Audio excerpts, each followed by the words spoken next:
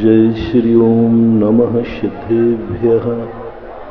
जय श्री ओम नमः सिद्धेभ्यः। सर्वमंगलमांगल्यं सर्वकल्याणकारकं प्रधानं सर्वधर्माणां जैनं जयतु शासनम्। जैनं जयतु शासनम्। पंच परमेष्टि भगवान की, आचार्य श्री गुरुवर कुंद कुंद महाराज की, आचार्य श्री गुरुवर विद्यासागर महाराज की, जगत पूजन निर्यापक श्रवण तीर्थ चक्रवर्ती मुनि पुंग सुधा सागर जी महाराज की।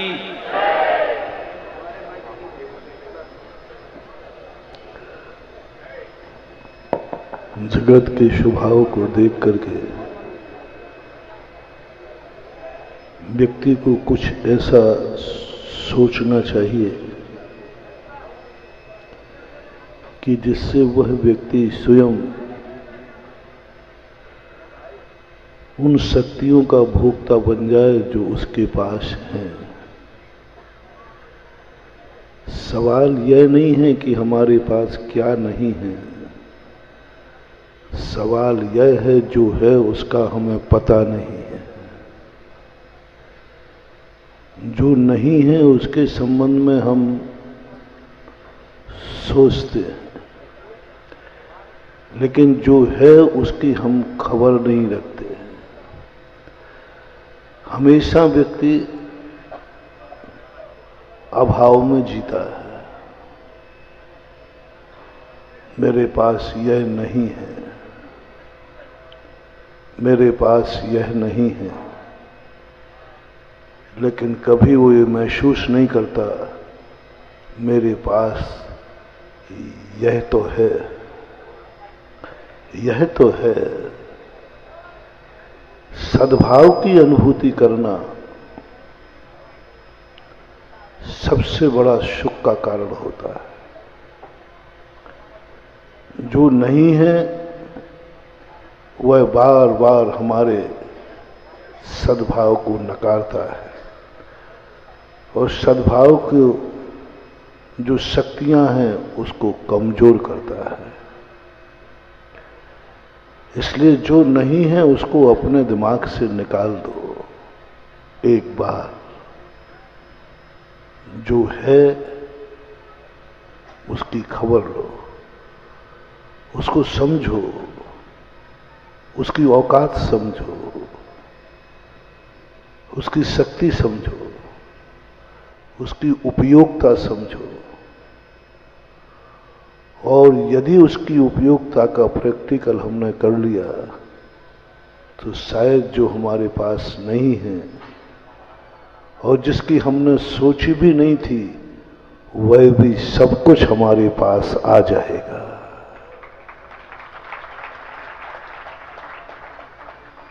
जो मैं सोच रहा हूं वह क्यों नहीं हो पा रहा है, जो मैं चाह रहा हूं वह क्यों नहीं पा रहा हूं, जो मैं करना चाहता हूं वह क्यों नहीं कर पा रहा हूं, उसका मूल कारण है जो तुम नहीं करना चाहते हो वो करना चाह रहे हो। जो कर सकते हो वह करो, जो कर सकते हो उसमें दिमाग लगाओ, उसमें बुद्धि लगाओ, उसके संबंध में सोचो। तुम कर सकते हो, तुम एक कदम चल सकते हो तो एक कदम के संबंध में सोचो। एक कदम हम चल सकते हैं तो एक कदम पर हम सोचें, उस एक कदम की अहमियत समझें, उस एक कदम की उपादान शक्ति समझें। एक कदम हमें एक कदम आगे ले जाएगा। पहले उस एक कदम को हम थैंक्स कहें। एक कदम उठ गया हमारा,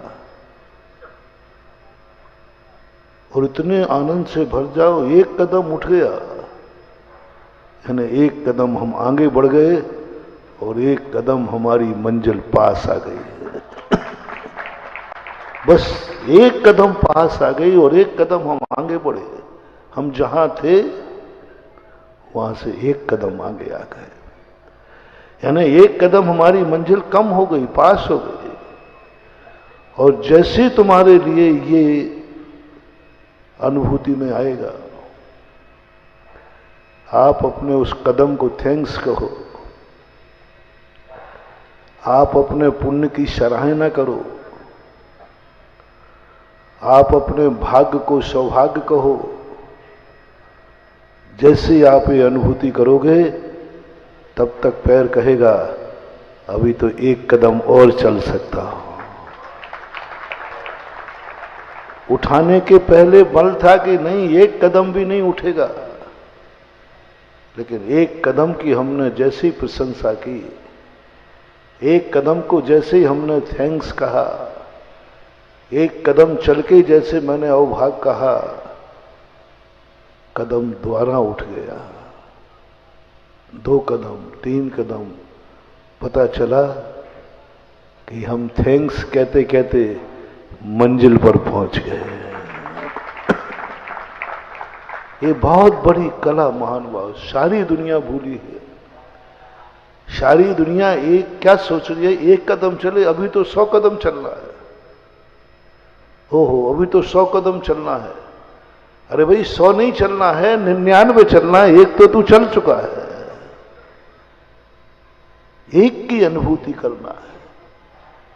जैन दर्शन यही कहता है, उस वर्तमान पर्याय की अनुभूति करो। उसने कुछ तुम्हारे साथ किया है, वो पर्याय तुम्हें आई है भोगने के लिए, भोगो उसको, समझो उसको, चेतो उसको, चेतना का विषय बनाओ उसे, ज्ञान की साक्षी बनाओ। वह एक कदम तुम्हारे जीवन में बहुत बड़ा उपकारी बन के आया है। उस उपकार को जैसे हम स्वीकार करते हैं, हमारी शक्तियां जागती हैं। भक्ति क्या है? भगवान कुछ नहीं देते हैं, भगवान कुछ नहीं करते हैं। जैसे ही भगवान का दर्शन करके अपने आप को हम भाग्यशाली मानते, आनंद आते, मैं भगवान तेरा दर्शन कर रहा हूं, आज तेरा दर्शन मिला है, कल मुझे अपने आत्मा का दर्शन भी मिलेगा। आज मैंने तुझे पा लिया है, कल मैं भी वहां होऊंगा। एक आनंद की अनुभूति है। उस समय हमारे आत्मा की शक्तियां जागती हैं। भगवान नहीं जगाते, भगवान नहीं जगाते। भगवान को मिलने के बाद आपको कैसा लगा, वो आनंद की अनुभूति हमारी शक्तियों का जागरण करती है। जैन दर्शन में भगवान के गुणों का गुणानुवाद का नाम भक्ति नहीं है। भगवान के गुणों को देख करके एक आनंद की अनुभूति। 2 दिन पहले हमने एक प्रवचन दिया था, सुखी होने के पहला तो नियम यही है, तुम स्वयं समर्थ हो जाओ, तुम स्वयं शक्तिमान हो जाओ, तुम स्वयं पैर पे खड़े हो जाओ। तुम ये यदि साहस कर सको कि मुझे इस दुनिया में किसी की भी जरूरत नहीं है, मेरे पास जो कुछ भी है, मैं जितना भी हूं, अपने आप में पूर्ण हूं, पूर्ण, कहीं से भी कमी नहीं। पूर्ण हो नहीं, पूर्ण तुम हो नहीं, लेकिन पूर्णता की अनुभूति बताना है। संसार में कोई व्यक्ति आज तक पूर्ण हो ही नहीं पाया। संसार में व्यक्ति कभी संपूर्ण सोच नहीं पाया, संपूर्ण देख नहीं पाया, संपूर्ण सुन नहीं पाया, संपूर्ण चल नहीं पाया, संपूर्ण कर नहीं पाया, खा नहीं पाया, संपूर्ण भोग नहीं पाया, संपूर्ण कुछ नहीं कर पाता। संसार में संपूर्णता कभी होती ही नहीं है। कितना भी कुछ कर ले, कुछ ना कुछ अधूरा रहेगा, कुछ ना कुछ कम रहेगा। पूर्ण कर्म निरावरण नहीं होता संसार में, कुछ ना कुछ तो कमी महसूस होगी, कुछ ना कुछ तो तुम्हें कहने को रहेगा सब कुछ है लेकिन वह नहीं है, ये तो होगा। चक्रवर्ती भी बन जाओ, तीर्थंकर भी, कुछ भी बन जाओ, संसार में जब तक हो कुछ ना कुछ रहेगा। तुम्हारा ज्ञान भी सब कुछ नहीं जान पाएगा, कुछ तो बाकी रहेगा। अवध ज्ञानी है, मना पर्याय ज्ञानी है, तो भी वे संपूर्ण को नहीं जान सकते। असर्व पर्यायेषु, असर्व द्रव्य, असर्व गुण। पहले तो ये नियत करना, जो तुम दौड़ रहे हो आकाश का छोर पाने के लिए दौड़ रहे हो। क्षितिज को आज तक कोई छू नहीं पाया। क्षितिज बोलते हैं आकाश को। अपन एक स्थान पर खड़े होकर देखें, आकाश कहीं ना कहीं झुका हुआ दिखता है। ऐसे लगता है कि आकाश का छोर यहीं ललितपुर में ही होगा शायद। इधर देखो तो यहीं दिखता है, पास में ही है। लेकिन आज तक कोई भी व्यक्ति आकाश का छोर नहीं पा पाया। है ही नहीं, छोर हो तो पा पाओ, छोर हो तो पा पाओ। ये भ्रम है कि आकाश ऐसा मंडलाकार है, लेकिन और उसको पाने के लिए जितने भी अपन जीवन में पाना चाहते हैं, मैं एक दिन पूर्ण होकर के पूर्ण की अनुभूति करेंगे, ये कल्पना है तुम्हारी, भ्रम है, असंभव है। लेकिन पूर्णता की अनुभूति हो सकती है, पूर्णता की अनुभूति हो सकती है। एक बार बादशाह ने बीरबल से कहा, जाओ पृथ्वी का मध्य निकाल के लाओ। पृथ्वी का मध्य कहां है? अब कौन व्यक्ति है जो पृथ्वी का मध्य निकाले? पर बीरबल तो बीरबल थे। उन्होंने कहा भगवान निकल जाएगा राजन, कौन सी बड़ी बात है, पृथ्वी का मध्य निकल आएगा। साहब उसके लिए धन खर्च होगा। बोले कराओ, कितना खर्च करना? नौकर कर्मचारी सब खर्च किए, पैसा निकाला खजाने से, और बीरबल तीर्थ यात्रा पर चले गए।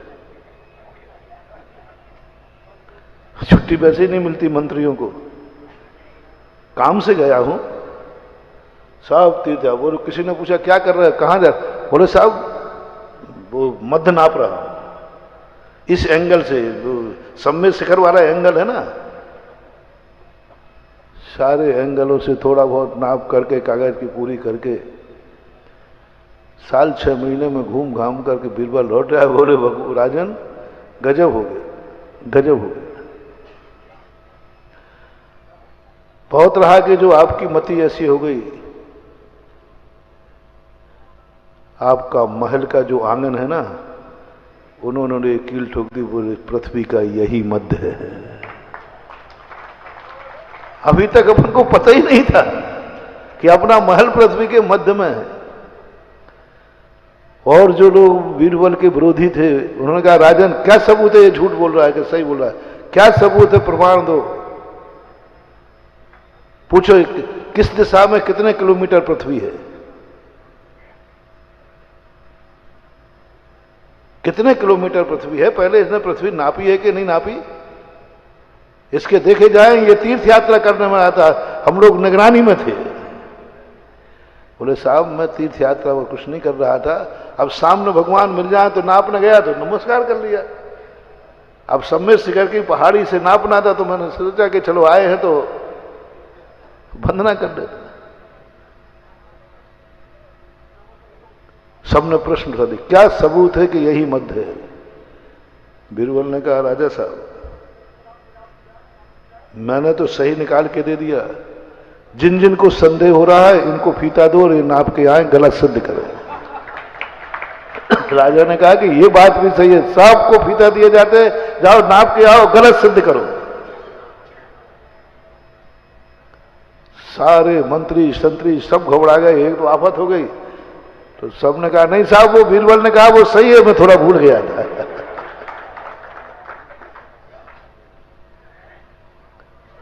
एक व्यक्ति ने कहा राजा साहब थोड़ा, अब हम लोगों के तो हो गई, अब बीरबल से पूछो कि इनके पास सबूत क्या है कि यही मद्य है, कोई होगा वकील। बीरबल ने कहा चलो राजन बताते। बिना सबूत के, मैं आपका मंत्री हूं, बिना सबूत के कुछ बोल ही नहीं कर सकता। ठीक पृथ्वी के आंगन में ले गए जहां कील गड़ी थी। बोले राजन साहब ऊपर देखो, ऊपर देखो, चारों तरफ आकाश, अपना सिर ठीक मध्य में आ रहा है कि नहीं? आप देख रहे, छात्र दिखेगा, आकाश मंडल क्या दिखेगा, और आप बिल्कुल ठीक मध्य में नजर आ रहे। आप देखिए, आप लोग भी देख ले, ठीक अंबर भी मध्य में ही है। और नहीं हो तो कोई पंडाल में बाहर जाके देख ले, अपना ध्वजारोहण ठीक इस दुनिया के मध्य में हुआ है, वहीं खड़े होकर देखना है।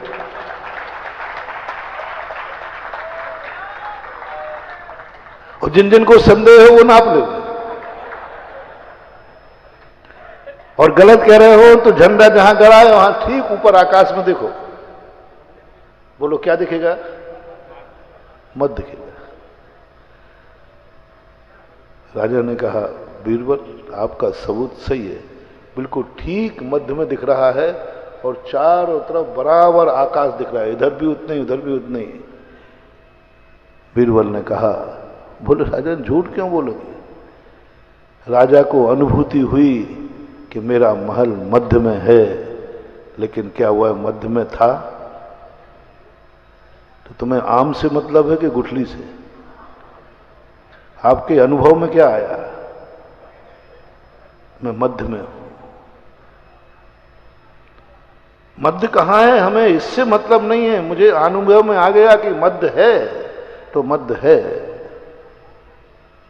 बस जैन दर्शन यही कहता है। जब जैन दर्शन ने कहा कि कहो मैं पूर्ण हूं, मैं संतुष्ट हूं, मैंने सब कुछ सोच लिया जितना सोचने लायक था, मैं सोचना बंद करता हूं। मैंने सब कुछ देख लिया जो देखना, सब कुछ देख लिया। साधु का मन जब ही विराम होता है, कुछ बाकी है, मन विराम को प्राप्त नहीं होगा, उसको और जांच लो, उसको और देख लो। लेकिन साधु की बुद्धि बीरबल सा काम करती है। बीरबल जानता है बादशाह ने ऐसा प्रश्न किया है, ऐसा कार्य दिया है जो होना संभव ही नहीं। लेकिन राजा साहब में कौन समझाएगा? अभी राजा नहीं समझाएंगे तो मंत्री पद से हटा देगा, नहीं तो जेल में डाल देगा, मार डालेगा। राजा है। राजा ने जो प्रश्न किया है वो असंभव है, आज तक कोई बता ही नहीं सका, बता ही नहीं सका, कोई नहीं बता पाएगा। संसारी प्राणी तो बता ही नहीं सकता सर्वज्ञ के अलावा। अब असंभव को कैसे बचें? एक और जिंदगी का सवाल है और एक और असंभव कार्य है। असंभव को नकारते हैं तो जिंदगी खत्म होती है, और राजा की बात स्वीकार करते हैं तो वो कभी संभव होना ही नहीं। अब यहां चाहिए बुद्धि, ज्ञान, विवेक, सृष्टि का स्वरूप। बीरबल ने ऐसा रास्ता निकाला, राजा संतुष्ट हुआ। राजा मानना पड़ा कि हां मैं मध्य में हूं, क्योंकि ऊपर देखो राजा, नीचे मत देखो, ऊपर देखो। और जितना अपन ऊपर देखेंगे हर व्यक्ति सदा आकाश के मध्य में ही पाया जाएगा। ऐसा ये मन रूपी राजा मुझे इतना और जानना, इतना और जानना है। ज्ञानी कहता है, बीरबल का ज्ञान कहता है, सम्यक दृष्टि का ज्ञान कहता है, जो है, जो तूने सोच लिया है ना, जो तूने जान लिया है ना, उससे ज्यादा दुनिया में कुछ है ही नहीं। उससे ज्यादा दुनिया में कुछ है ही नहीं। पूर्ण हो गया तो सब कुछ जान चुका, अब जानने को कुछ बचा ही नहीं है ही नहीं जानने लायक कुछ। बस ये अनुभूति अपने मन को कराना है। हम मन को एक बात कह देते हैं, अभी तो और है, तो मन कहता थोड़ा दौड़ो, और है तो पाओ। मृग मरीच का जैसे हम भटक भटक के जीवन का अंत कर लेते। मन को समझाओ, मन कहता है कुछ और सोचो, बोले कुछ है ही नहीं, जितना था मैं सोच चुका हूं, सब सोच चुका हूं। एक भी ऐसी दुनिया की पर्याय नहीं है जिस पे हमने न सोचा हो, न भोगा हो। पंच परावर्तन का दृश्य पूज्यवर पूज्यपाद स्वामी ने दिखा करके इन मन को संतुष्ट कर दिया। पंच परावर्तन जब व्यक्ति पढ़ता है, मन संतुष्ट हो जाता है। बात तो सही है, सब कुछ जान चुका, कुछ और दिखाओ। बोले क्या दिखाओ? जो देखने लायक था वो मैं सब देख चुका हूं। पूर्णता की अनुभूति करो। देख नहीं पाए, देख भी नहीं पाओगे, असंभव है। अनादिकाल से जितना देखने लायक गेय था, मैं पूर्ण कभी देख नहीं पाया, देख नहीं पाऊंगा। लेकिन आंख जब ही मानेगी जब उसको ये अनुभूति हो जाए, जितना देखना था मैं देख चुका, उसके बिना नहीं मानेगा। ये समझाना है आंख को। आंख झुकेगी नहीं, आंख नासा दृष्टि नहीं होगी। ये आंख बहुत चंचल है, भगवान से भी ज्यादा कुछ देखना चाहती है। सपोज कीजिए आप भगवान का दर्शन कर रहे हैं। भगवान का दर्शन सर्वश्रेष्ठ है कि नहीं? बोलो, भगवान के दर्शन से अच्छा दर्शन किसका है? किसी का नहीं। पक्का? एकदम पक्का कहना। भगवान के दर्शन से अलावा किसी का दर्शन नहीं। और तुम्हारी आंख भगवान का दर्शन कर रही है और तुम आंख को कह रहे हो। लेकिन आंख की नीयत बताऊं? टनाटन जादूगर। देखो आंख आंख आंख कितनी देखो। तुमने कहा देख आंख भगवान का दर्शन करिया, इससे बड़ा कोई दर्शन नहीं होता। उसी समय कोई परिक्रमा लगा करके बाजू से आ रहा है, तो तुम्हारी आंख भगवान पे टिकी रहेगी कि उस परिक्रमा लगाने वाले पे चली जाएगी? झूठ बोले कौआ काटे। तुमसे पूछा क्यों भाई क्या बात? परिक्रमा किसने लगाया रहा? कौन लगा रहा? मैंने देखा है। तो तुम भगवान को देख रहे थे कि परिक्रमा वाले को देख रहे थे? यानी आंख की अंदर की वासना है कि भगवान से भी बड़ा कोई दर्शन है, तभी तो उसकी आंख परिक्रमा लगाने वाले पर चली। तुम भगवान का दर्शन करने गए थे और मंदिर में किन किन का दर्शन कर लेती है तुम्हारी आंख? भगवान के दर्शन करते करते वो साइड में क्यों देखा उसने? क्योंकि उस आंख को पूर्णता की अनुभूति भगवान में नहीं हुई। उसने नहीं माना आंख ने कि सर्वश्रेष्ठ भगवान ही है। जिसने भगवान को देख लिया, अब कुछ देखना बाकी रही। ये अनुभूति कराना, अब कुछ नहीं देखना बाकी रहा, क्योंकि मैंने भगवान को देख लिया। दृष्ट्वा भवन्त मणिमेष विलोकनीयम नान्यत्र तोष मुपयाति। क्या बात है! कैसा पाखंड! कैसा छलावा।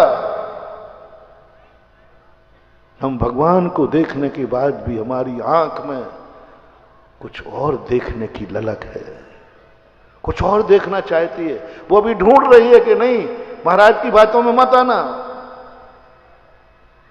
भगवान से भी अच्छी दुनिया में कोई चीज है, देख ले कहीं वो परिक्रमा लगाने वाला तो नहीं है जो भगवान से भी अच्छा हो, जो भगवान से भी ज्यादा सुख देता हो। जो भगवान के दर्शन में सुख नहीं मिला वो परिक्रमा लगाने के देखने से सुख मिलेगा। ये अभी वासना तुम्हारे अंदर भरी हुई है, ये संस्कार तुम्हारे अंदर भरा हुआ है, ये जिजीविषा महत्वाकांक्षा तुम्हारे अंदर भरी हुई है। अन्यथा तुम दिख नहीं सकता। कौन परिक्रमा लगा रहा, मैं कुछ जानते ही नहीं। भगवान दृष्टवा भवंत मणिमेश विनो नान्यत्र तोषमुपयाति जनस्य चक्षु। अच्छी वस्तु को देख करके कौन बुरी वस्तु को देखना चाहता है? कोई नहीं देखना चाहता। इसका अर्थ समझो, बस यही सबसे बड़ी साधना है कि आंख पूर्ण देख नहीं पाएगी और पूर्णता की अनुभूति कराना है। और देख ले भगवान, देख रहे ना, इससे अधिक कोई दुनिया में अच्छी चीज नहीं है। यही पूर्ण है, यही संपूर्ण है। जैसे ही आंख तुम्हारी देखेगी दुनिया परिक्रमा लगाती रहेगी और तुम्हारी आंख अनिमेष प्रभु पर टिकी रहेगी। जिस दिन कभी ऐसा हो जाए उस दिन आंख धीरे धीरे धीरे झुकते झुकते नासा दृष्टि पे आ जाएगी और तेरी दृष्टि और भगवान की दृष्टि एक समान। कोई फोटो उतारेगा तो संदेह करेगा कि ये भगवान है कि ये भगवान है, दोनों की नासा दृष्टि है। जब हमारी और भगवान को देखते देखते थोड़ी देर बाद तुम्हें एहसास होगा कि भगवान गायब हो गया और भगवान के बीच में तुम्हारी खुद की शक्ल दिखने लगी, जो भगवान जैसी थी। जैसे भगवान को देखा था वैसे ही मैं हूं। भगवान दर्पण बन जाएगा और तू अपना चेहरा उस दर्पण में अपना खुद का चेहरा देखने का आनंद ले लेगा। लेकिन पहले पूर्णता की अनुभूति। कौन सा दृश्य दिखाऊं जिसको देखने के बाद तुम्हारी आंख कह सके बस मैंने सब कुछ देख लिया, सब कुछ देख लिया। चॉइस करें क्या चीज दिखाऊं तुम्हें जिसमें तुम कह सको बस महाराज वो चीज दिखा दो, उसके बाद मैं समझ जाऊंगा मैंने सब कुछ देख लिया, सब कुछ देख लिया। अब कुछ देखना नहीं, अनिमेष कर दूंगा मैं अपनी आंख को स्थिर कर दूंगा, पलक भी नहीं झपकाऊंगा, पलक भी नहीं झपकाऊंगा। आप बस वो दृश्य मुझे दिखा दीजिए जो मैं देखना चाहता हूं, उसका नाम बताओ। बस मेरा एक ही भाव है कि आप लोगों को तृप्त कर दूं, आप लोगों को पूर्ण कर दूं, आप लोगों को इतना पूर्ण कर दूं, इतना भर दूं तुम्हारे लिए, इतना भर दूं कि फिर तुम्हारे पास किसी को देखने के लिए ललक ही न रहे। उसका नाम बता दो, जो कहोगे वो दिखा दूंगा, जो कहोगे वो दिखा दूंगा। शौर्य जी क्या देखना चाहते? अमित, सौधर्मेंद्र आदि क्या देखना? जो तुम कहो वो दिखा दूंगा। मेरे में तुम जानते हो मैं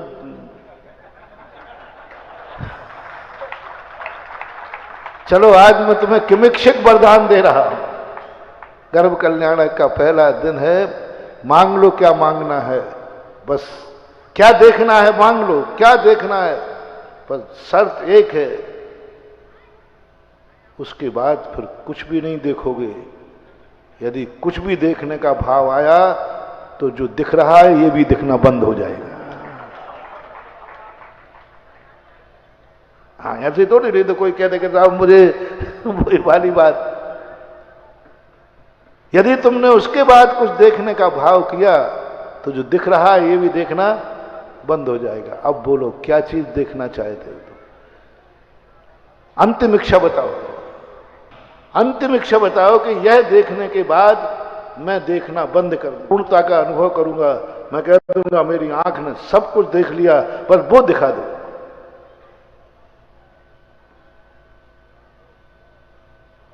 बहुत लंबे इंद्राणी बैठे,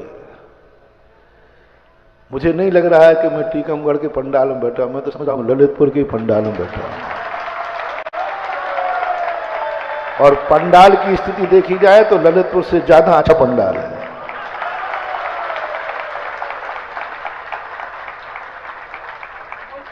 और यहां के इंद्र भी ऐसे हाउसफुल बैठे हैं पूरे लास्ट तक, अंत तक, लास्ट तक पूरा था बराबर। एक मांगो, स्थिर रहना। ना जाने कितने बार भगवान ने कहा मांग ले, अंतिम इच्छा पूरी कर ले, लेकिन हम उस पर टिक नहीं पाए। वरदान देने वाले आए, खूब गुरु आए, खूब भगवान आए, सबने किमिक्षिक वरदान। भगवान समोषण का नाम कल्प वृक्ष होता है, कल्प द्रुम होता है। और कल्प द्रुम का अर्थ क्या है? जहां पर संपूर्ण इच्छाएं, समोषण का अर्थ ही वही, समोषण का अर्थ ही वही है कि संपूर्ण इच्छाएं पूरी हो जाएं। वो संपूर्ण इच्छाओं की पूरी करने की ताकत रखता है, लेकिन दुर्भाग्य है हम समोषण में पहुंचकर जब बाहर निकले तो भिखारी के भिखारी रह गए, भिखारी के भिखारी रह गए। हम फिर वही मांगते हुए दिखे, ये और मिल जाए। अरे भाई समोषण में गया था, अब क्या इच्छा रह गई? अरे मैं वहां भूल गया, ये तो मांग ही क्या देखना है? समोषण से ज्यादा अच्छा, समोषण में बैठा हुआ भगवान से बड़ा कोई नहीं है बंधु। लेकिन क्या दुर्भाग्य है अपना कि हमारी आंख भगवान को देखने के बाद भी पूर्णता का अनुभव नहीं कर पाई, तृप्त नहीं कर पाई। ये नहीं कह पाई आंख बस अब कुछ नहीं देखना है, जो देखना था वो देख लिया। हम ऐसी अनमोल वस्तु को देखने के बाद भी कुछ और देखने की ललक करते हैं। पीत्वा पया शशिकर दुति दुग्ध सिंधु सारम जलम जल निधे रसितुम का एक छेद। भगवान को देखने के बाद हमारी दूसरी इच्छा हो रही है। कौन है ये? कैसा व्यक्ति है कि इक्षु रस को पीकर के कोई लबड़ो दधी का खारा पानी पीना चाहे? कौन पेमान, लेकिन पी रहे। इधर इक्षु रस का लोटा टकार गए और उधर बाद में देखा तो वो नमक का पानी का स्वाद ले रहे थे। क्यों? एक बार समझाना है, एक बार आंख को तृप्त करना है। अतृप्त आंख बंद मत कर लेना, बहुत परेशान करेगी। कुछ देखने की ललक है, इस आंख को जबरदस्ती बंद मत कर लेना, हठ योग हो जाएगा। ये आंख फिर बंद होते होते यूं खोल के देखेगी मिचमिचा करके, अंदर ही अंदर घुट जाओगे। पूर्ण करके आंख बंद करो और पूर्ण की अनुभूति करके बंद करोगे तो 1 साल तक बाहुबली ने अपने पलक का भी टिमकार नहीं किया। 1 वर्ष तक पलक भी टिमकारा नहीं, ना बंद किया ना खोला। जिस एंगल पे स्थापित किया उसी एंगल पर वो बने रहे। आंख में कचड़ा भी गया होगा, आंख में धूल भी गई होगी, आंख में पानी भी गया होगा, आंख में कोई कीड़ा मकोड़ा भी गया होगा, आंख में कोई चींटी भी गई होगी, लेकिन आंख झपकी नहीं, आंख खुली नहीं। बाहुबली 1 साल तक खड़े थे नासा दृष्टि पर, आंख में कुछ तो गया होगा, गया होगा। जब सांप बिच्छू चढ़ सकते हैं तो चींटियां चढ़ने में, और वो चींटी आंख पे भी चली गई होगी, लेकिन झपकी नहीं, गजब, क्योंकि आंख पूर्ण हो चुकी थी, पूर्ण देख चुकी थी, पूर्णता का अनुभव कर चुकी थी। कभी कानों को भी पूर्णता का अनुभव कराओ। क्या सुनना चाहते हो वो सुना दूंगा, शर्त है उसके बाद कह देना सब कुछ सुन लिया, अब मुझे कुछ सुनना बाकी। एक बार बोलना, एक बार खाना, एक बार चलना। बोलो कितना चलना चाहते हो, कहां चलना चाहते हो, वो यात्रा तुम्हारी कर दूंगा। उसके बाद फिर कह देना बस जितना चलना था मैंने सब कुछ। बोलो तुम क्या करना चाहते हो। आज किमिक्षिक वरदान दे रहा हूं, तुम क्या इच्छा है तुम्हारी कि महाराज यह कर लूं, उसके बाद फिर बिल्कुल कुछ नहीं करना। बस इतनी सी इच्छा पूरी है, बस ये इच्छा पूरी हो जाए। मांग लो आज किमिक्षिक वरदान। मेरा दावा है इस पंच कल्याण के पंडाल में जो इच्छा पूरी मांगेगा वह इच्छा उसकी पूरी होगी, क्योंकि ऐसा नियम है कि त्रिलोकीनाथ जब आते हैं, उधर सौधर्मन देवराज अपने देवों से कहता है जाओ अयोध्या में किसी भी प्रकार का अभाव ना हो, अयोध्या को साकेत नगरी बना दो, स्वर्ण, किसी के घर में कोई अभाव ना हो, कोई रोता आंख में आंसू नहीं आए, आंख में आंसू नहीं आए, कोई गरीब नहीं रहे, कोई दरिद्र नहीं रहे, कोई दुखी नहीं रहे, कोई ताड़ित नहीं रहे, कोई किसी का शोषण नहीं करे रहे। हो यहां प्रसंग भी समझते जाएं। क्यों? एक तीर्थंकर जन्म रहा है, गर्भ में आ रहा है। 6 महीने पहले सारी दुनिया को 12 योजन की द्वारका को सफाई की जा रही है, 12 योजन द्वारका को संभाला जा रहा है। क्यों? अरे तीर्थंकर है, क्या फर्क पड़ने वाला है?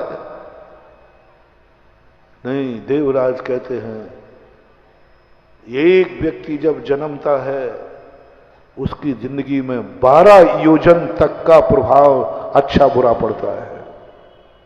12 योजन 144 किलोमीटर के घेरे में कोई भी घटना 6 महीने के अंदर घटेगी, उसका प्रभाव आने वाले बालक पे पड़ता है।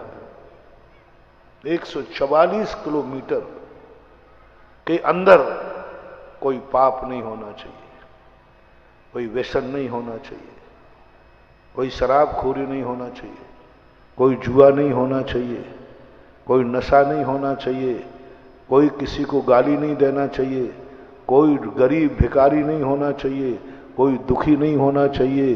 144 किलोमीटर के लिए, एक जीव को संभालने के लिए। यदि 144 किलोमीटर के अंदर किसी को दुख हुआ तो बालक दुखी हो जाएगा। 144 किलोमीटर के अंदर किसी ने क्रोध किया तो बालक क्रोधी हो जाएगा। 144 किलोमीटर के अंदर किसी ने नशा किया तो बालक नशेड़ा हो जाएगा। 144 किलोमीटर के अंदर किसी ने रात में खाया तो बालक रात में खाने वाला हो जाएगा। 144 किलोमीटर में किसी ने पाप किया तो बालक पापी हो जाएगा। कितना बड़े मैदान की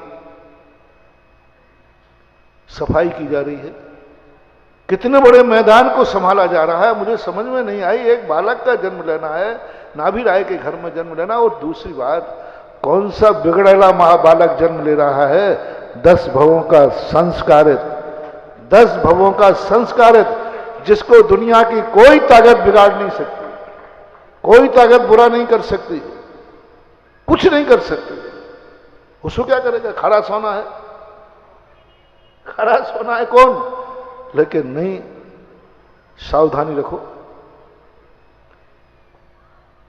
देवराज को कहना चाहिए कुछ क्या फर्क पड़ता है, कुछ भी होता रहे, कोई फर्क पड़ने वाला नहीं। देवराज कहता नहीं, सावधानी रखो, हो सकता है। जब देवराज इंद्र कुबेर आदि महान तद्भव मोक्ष एक भव मोक्षगामी जीव बाद मोक्ष जाते हैं। वे लोग इतनी सावधानी इतनी चिंता कर रहे हैं, हम 144 किलोमीटर के एरिया को सफाई कर रहे हैं। क्या मामला है? नाभि राय के यहां बेटे को जन्मना है कि पूरी अयोध्या में जन्मना है? 12 आयोजन की अयोध्या थी। इस संबंध में एक बहुत अच्छा जोक आता है। बच्चे को जन्म देने वाली माताओं को कहना चाहता हूं, ये गर्भ कल्याणक, गर्भ का अवतरण एक गुप्त क्रिया है, किसी को बताई नहीं जाती कि मेरे पट घरों में आ रहा है, और डिंडोरा भी कोई नहीं पीटता। लेकिन आज इनका डिंडोरा पीट रहा है, सारी दुनिया को बताया जा, 6 महीने पहले से बताया जा रहा है, फलानी तारीख में फलाने समय पर माता मरु देवी गर्भवती होगी। पहले से, बिफोर टाइम, 6 महीने पहले सौधर्मंद ने स्वर्गों में घोषणा कर दी, इस तारीख में इतने बज के इतने सेकंड पर मरु देवी गर्भवती होगी। आज तक कोई ये घोषणा नहीं कर पाया, किसी जी को कोई घोषणा नहीं कर पाया। गर्भ कब रहेगा क्या पता, कोई नहीं जाना। लेकिन एक बालक की घोषणा 6 महीने पहले कही जा रही, गारंटेड, मैं सेकंड टू सेकंड,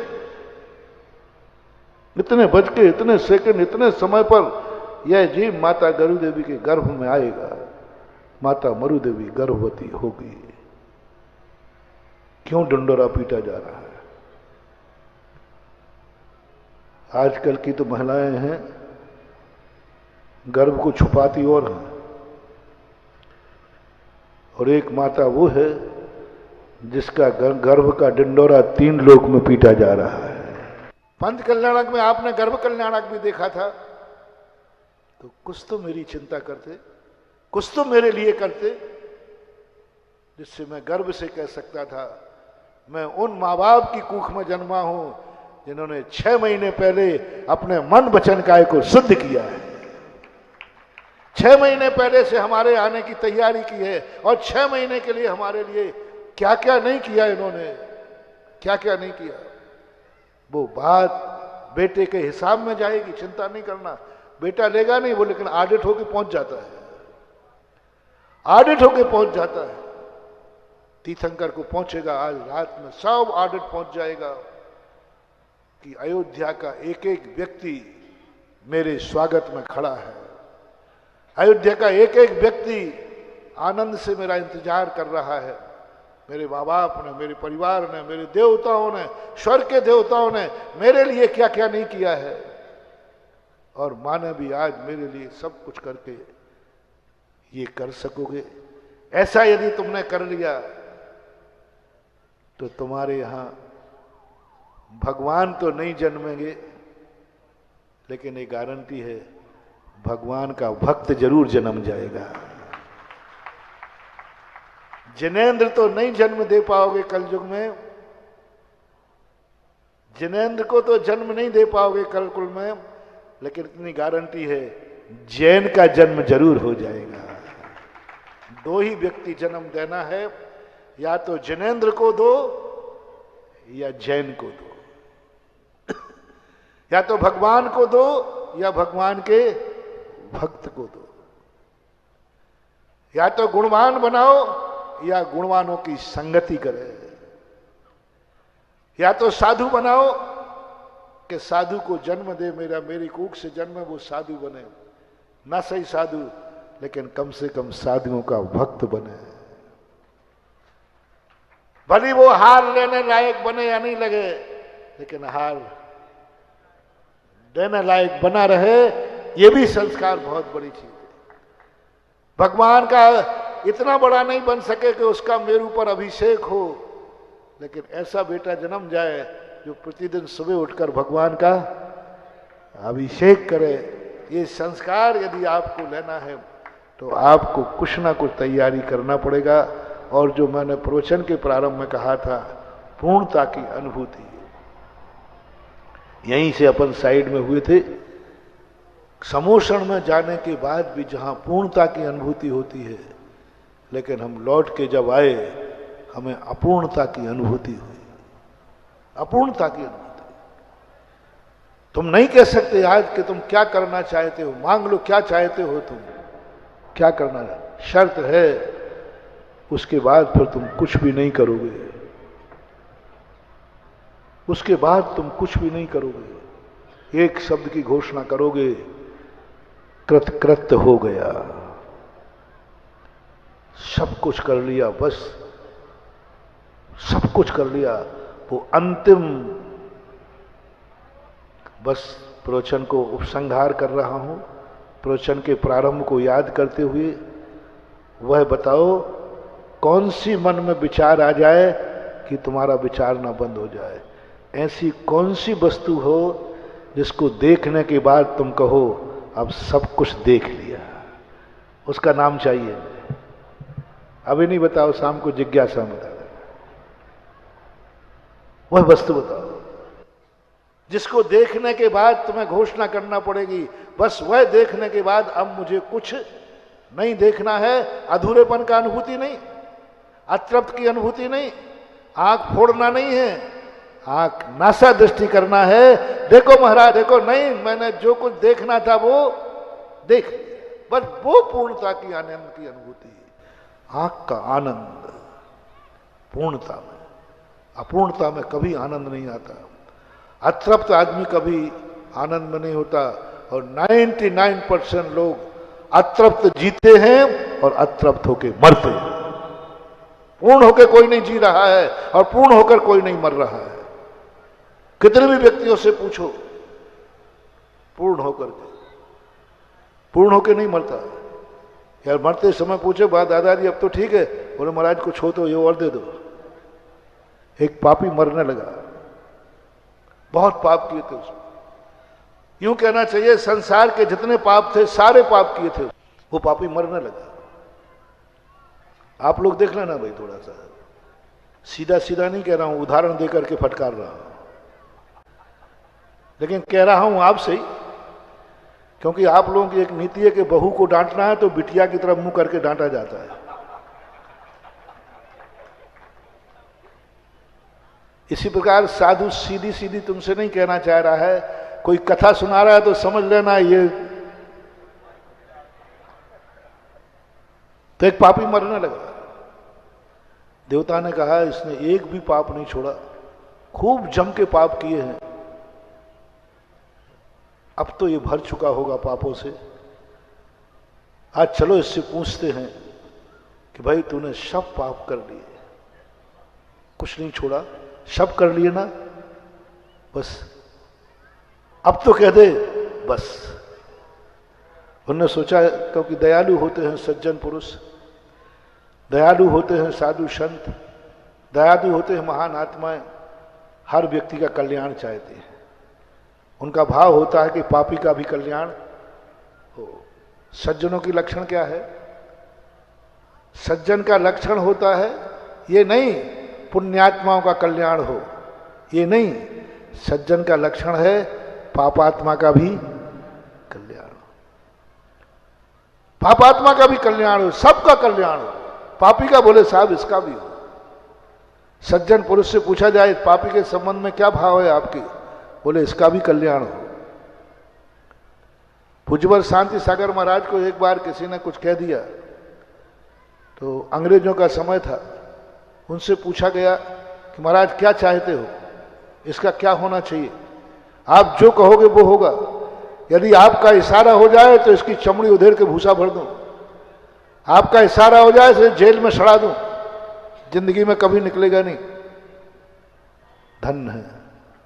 धन्य है वो चारित्र चक्रवर्ती, धन्य है परम पूज्य हमारे दादा परदादा गुरु शांति सागर महाराज। क्या कहते हैं, यदि आप मेरे भक्त हैं, मेरी इच्छा पूरी करना चाहते हैं तो इसको मुक्त कर दो, इसका भी कल्याण हो। अंग्रेज कांप गए। कलकत्ता के आसपास की घटना है। अंग्रेज कांप गए, सारे कमांडर बोले कि जैसा आदमी, इतना जोर से उसने पत्थर मारा था कि महाराज को थोड़ा सा खून आ गया था, चोट लगी।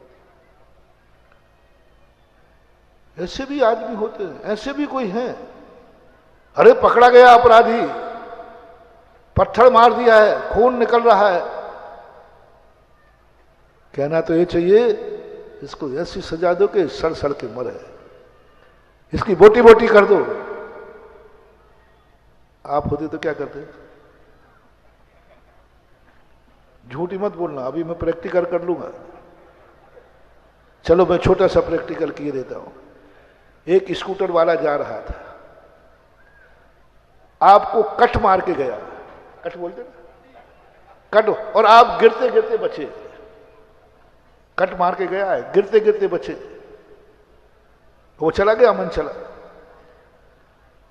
थोड़ी देर बाद आगे जाकर के उसका स्कूटर स्लिप हो गया, वो गिर गया और आप वहां पहुंच गए, क्या करोगे? बेटा ऐसा ही होगा, हमें कट मारा था और जान, तुम समझता नहीं है मैं कौन हूं, पंच कल्याणक में बैठा हूं मैं, तुम मानता नहीं। यही तो अतिशय है पंच कल्याणक का, यही तो अतिशय है। देख तेरी यही देता, दूसरा देखो देखो, इसने मुझे कट मारा था ना, कट, उसका परिणाम देखो इसका क्या हो रहा है। नहीं महानुभाव, क्या तुम्हें कट मारने वाला व्यक्ति आगे जाके गिर गया तो तुम्हारे कट मारने का दुख भूलकर उसको उठाकर खड़ा कर सकते हो क्या? तुम भूल जाओ कि मुझे इसने कट मारा था, तुम्हारे अंदर इतनी दया आ जाए कि वो गिरा है उसको उठा करके अस्पताल ले जाओ, या अपने तौलिया से उसका खून पहुंच करके और उसके दुख में शामिल हो जाओ। क्या है तुम्हारे में इतनी औकात? इसका नाम है साधु। साधु इसका नाम है। कट मारा है, लेकिन जैसे ही वो गिरा उसको उठाने पहुंच गया। अरे साहब इसको मत उठाओ, इसने कट मारा था। बोले नहीं, उसने कट मारा था मुझे पता नहीं है, लेकिन मेरे सामने ये दुखी हो रहा है, मैं दुख देख नहीं। यहां ऐसे भाव आएगा। लेकिन साधु थे पूज्यवर, उन्होंने देखा कि ये लोग उसको बांधे हुए हैं और मार रहे हैं, भूल गए पूज्यवर, भूल गए शांति सागर महाराज, किसने मुझे कट मारा था, इसने मुझे पत्थर मारा था, भूल गए खून बह रहा है और वेदना में चले गए, इसको ये मार रहे हैं। कहा नहीं, हे कमांडरो, यदि तुम मुझे थोड़ा सा भी चाहते हो तो उसको मुक्त कर दो और लाओ मेरे पास, आशीर्वाद दिया पीछे से, तेरा कल्याण हो। ये है सज्जन पुरुषों की नीतियां, ऐसे में होते हैं सज्जन पुरुष की परिणतियां। अब ऐसी दशा जब प्रकट हो जाती है, ऐसा स्वरूप जब प्रकट हो जाता है, हम तो चाहते हैं कि हमारे दुश्मन को ऐसी करें कछुमर निकाला जाए कि वो भी साला याद करे पड़ा किसी से पाला। कल परसों ही सुनाया था ना। ऐसी नीतियों को, ऐसे संस्कारों को लेकर आप सबको आज का बहुत बड़ी बात कि अपनी पूर्णता की अनुभूति का एक ऐसा सरोवर बनाओ अपनी जिंदगी में, एक ऐसा अपने आप में किमिक्षक वरदान मांगो अपनी जिंदगी में कि तुम कह सको कि बस इसके बाद हमारा कुछ भी नहीं है। आज किमिक्षक वरदान आपको सोचना है, क्या देखना है जिसके बाद देखना बंद हो जाए, क्या सुनना है जिसके बाद सुनना बंद हो जाए, क्या बोलना है बोलना बंद हो जाए, क्या करना चाहते हो कि उसके बाद करना बंद हो जाए। और बंद होने का अर्थ है अतृप्त नहीं, अधूरे नहीं। अतृप्त की जो चर्चा चल रही थी अपनी, कैसा मरता है जी वो, पापी की कहानी छूट जाएगी। तो देवता ने कहा इसने सब पाप कर लिए, चलो पूछते हैं बेटा, क्योंकि मैंने यहीं से तो हुआ था कि सज्जन लोग पापी का भी कल्याण चाहते हैं। पूछा उससे कि भाई क्या बात है, अब तो तूने पूरी जिंदगी में पाप कर लिए, अब तू मर रहा है, बोल तेरी अब तो कह दे बस, अब तो कह दे बस मैंने सब कर लिया, अब मुझे कुछ नहीं करना। एक शब्द सुनना चाहते देवता, यदि ये शब्द ये बोल देवे तो अभी भी मैं इसके कल्याण के लिए रास्ता बता सकता हूं। अंत में जाकर बोलना है बस, अब मर तो रहा ही है, बस बोल भाई, तूने सब कुछ कर लिया, अब तो बस बोल दे, क्या इच्छा है तेरी। बोले आप देवता लोग हो, यदि वरदान देना चाहते हो तो दो। इस बार मैंने थोड़ा पाप थोड़ा लेट शुरू किए थे, अगले भाव में थोड़ा जल्दी करूंगा। अगले भाव में थोड़ा देवता रह गए कि मैं तो आया था बस कलाना, ये तो अगले भाव की भी सोच लो, कहीं इस कहानी में आपका नाम तो नहीं जुड़ रहा है, इस कहानी में कहीं आपका नाम तो नहीं जुड़ रहा है। सारी दुनिया के सब कुछ करने के बाद तुम बस कहने को तैयार हो या अगले भाव में थोड़ा जल्दी शुरू करने के लिए तैयार हो। जो जो तुमने किया है, जो जो तुमने किया है उस पर बस कहने को तैयार हो, और या ये कहने को तैयार हो कि अगले भाव में थोड़ा जल्दी शुरू करूंगा। कौन सा वरदान तुम्हें चाहिए ये फैसला आपके अंदर है। बस सब में बस कहने का अर्थ है पाप में भी पूर्णता की अनुभूति करो। कर चुका मैं पूर्ण, अब नहीं करना। पाप में भी पूर्णता की अनुभूति करो, जो कुछ करना था। अब क्रोध नहीं करना, मैं खूब कर चुका हूं क्रोध, पूर्णता की अनुभूति करो। और जैसे पूर्णता की अनुभूति होगी वहीं से शुरुआत होगी धर्म की। महावीर भगवान की जय।